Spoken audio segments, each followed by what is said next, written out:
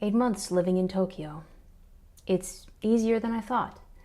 A polite demeanor, a few words of Japanese, and careful pointing and hand gestures get you quite far. Where that does not suffice, Google Translate carries the rest. Once the difficulties with getting government documents and an apartment were out of the way, things went smoothly. We have a few good friends and a few good acquaintances. It's harder than I thought. I miss my parents, my sisters. I miss Sergei's mom, my friends back home. My emotional eating and drinking, milk-based cafe drinks, not alcohol, has gotten worse.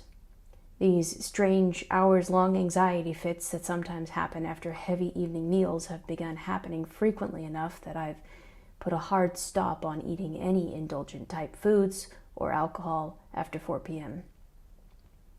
I don't think I've ever studied so much in my life.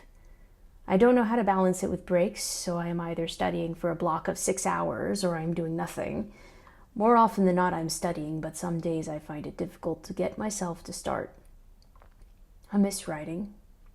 There isn't space in me for both writing and studying like this. I accepted that when I came here, but I still grieve it. Many days I don't know what I'm doing here. I may lift my eyes in the subway and read on the wall, "Densha ni kimasu," train is coming, and know what it means without relying on the English translation, and then unironically kick myself because I can't read everything else surrounding it. The words "along obedience in the same direction" come to mind, and I vaguely feel the urge to look up a book by that name that I saw ages ago when I worked at a tiny Christian bookstore. There's a lady who works at the nearby 7-Eleven. She speaks fluent English, and she lights up every time she sees me or my husband, greeting us with joy. There's a server at a favorite coffee shop/bar who occasionally comes over when I have all my language books spread out and asks me a question in Japanese. There's another server at the same place who, during the evening bar hours, points at me with a grin and proclaims, "I know your order." He won't be able to say that anymore since I can't keep having my favorite cocktail that late. There are several servers at another nearby cafe who know me. From time to time I try a sentence or two in Japanese with them, but mostly I am too shy. Still, they recognize me and light up a little whenever I come back. I sit down. I open up my flashcard program. I drill for 2 or 3 hours. I open up my books. If I have the energy, I learn the new grammar for the day and dive into homework. Each page of homework may take me 30 or 40 minutes to complete. It's fulfilling. It's draining. It's a fantastic focus. It's hard and lonely. I've never had so much coffee shop time. I miss everyone and writing. I picked up 7 postcards recently and sent out 4. I've begun to fill out the rest today. It seems like a postcard is about the writing capacity I have lately. We can't find a church. We're having trouble hearing God's voice. Everything feels dry and parched and longing in my soul. In a kind of dull desperation, or obedience, I don't know, I've begun to try and read the Bible again in the mornings. I have struggled with this since I was a teenager, since I felt like I stopped being able to understand what I was reading. It hurt to show up and read it and feel like there was a feast on the other side of a thick glass wall and no amount of clawing would get me to the other side.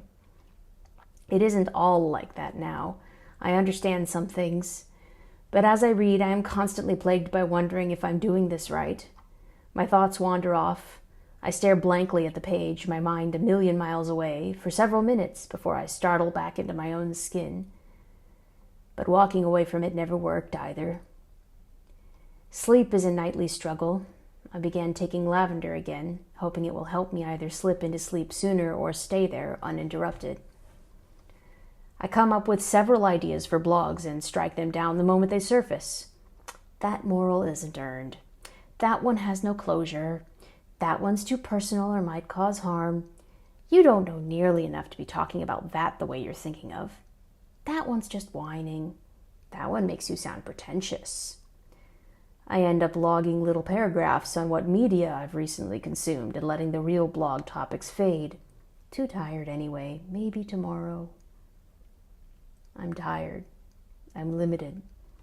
I feel like I have to take every day one day at a time or I'll capsize. It feels like there's a million directions I could focus my energy on, and I have to pick 3, maybe 2. There's a candle burning on my desk. Plentiful yarn is in easy reach. My notebook, full of madwoman-like kanji scribbles, waits for me to resume drilling. The scent of my last drink, a hojicha latte with a chicory twist, hangs in the air, inviting me to brew up another round. There is no closure. There is no resolution. Only another step on a long road where I feel a bit battered but haven't given up. Time to go drill my kanji cards.